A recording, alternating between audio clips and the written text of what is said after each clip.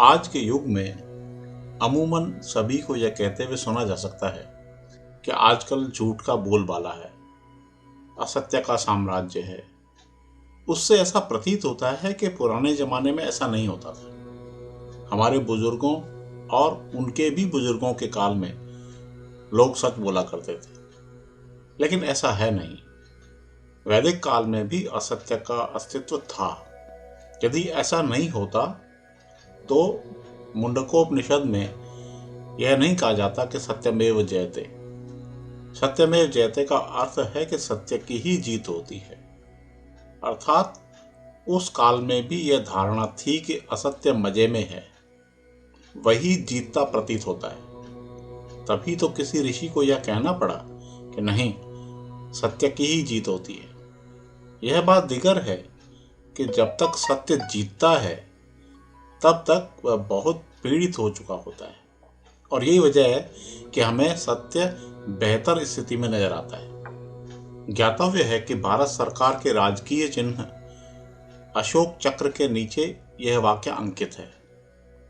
जहां तक प्रतीक का प्रश्न है, वह उत्तर प्रदेश में वाराणसी के निकट सारनाथ में 2050 ईस्वी पूर्व में सम्राट अशोक द्वारा बनाए गए सिंह स्तंभ के शिखर से लिया गया है, परंतु उसमें यह आदर्श वाक्य नहीं है। जानकारी के अनुसार इस आदर्श वाक्य को राष्ट्रीय क्षितिज पर लाने में अहम भूमिका सन 1918 में पंडित मदन मोहन मालवीय की है। भारत ही नहीं बल्कि चेक गणराज्य और उसके पूर्ववर्ती चेकोस्लोवाकिया का आदर्श वाक्य प्रावदा वित्येजी सत्यमेव जयते का समानार्थी है। उसका भी अर्थ है सत्य जीतता है। सच तो यह है कि सत्य व असत्य मानव सभ्यता के आरंभ से ही अस्तित्व में रहे हैं। आप देखिए ना कि हम भगवान राम के रावण पर जीत को असत्य पर सत्य की विजय कहते हैं।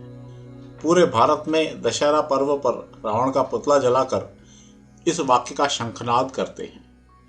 इससे इतर कुछ विद्वान तो असत्य के अस्तित्व को महत्वपूर्ण बताते हुए यहाँ तक कहते हैं कि राम की महिमा भी रावण के वजूद पर टिकी हुई है। अगर रावण न हो तो भला राम को उभार कैसे मिल सकता है। अर्थात सत्य की महिमा का महल असत्य की जमीन पर खड़ा होता है। इसी प्रकार महाभारत में भी श्री कृष्ण व 5 पांडवों की 100 कौरवों पर जीत को सत्य की असत्य पर जीत की उपमा दी जाती है। ज्ञातव्य है कि धृतराष्ट्र, दुर्योधन, दुशासन सहित कौरवों को असत्य व अधर्म का प्रतीक माना गया है। गीता में स्वयं भगवान श्री कृष्ण कहते हैं कि यदा यदा ही धर्मस्य ग्लानिर्भवति भारतः अभ्युत्थानम् अधर्मस्य तदात्मानं सृजाम्यहम्। अर्थात जब जब भी धर्म की हानि होती है, मैं अधर्म का नाश करने के लिए धरती पर आता हूं। इसका भी यही तात्पर्य है कि असत्य व अधर्म सृष्टि के आरंभ से मौजूद रहे हैं, जिनसे निपटने के लिए सत्य के रूप में भगवान अवतार लेते हैं। सत्य की इतनी महिमा है कि वेद और पुराण के विरोधियों ने भी सत्य को पंचशील व पंच महाव्रत का प्रमुख अंग माना है। महात्मा गांधी ने तो सत्य को ईश्वर की ही उपमा दी है। वे ऐसे महापुरुष हैं जिन्होंने सत्य पर व्यावहारिक प्रयोग किए। आजादी के आंदोलन के समय सत्याग्रह के बल पर उन्होंने अंग्रेजों को भारत छोड़ने को विवश किया। कुल जमा बात यह है कि सत्य व असत्य का युद्ध सतत है, और उसकी एकमात्र वजह यह है कि यह जगत द्वैत है।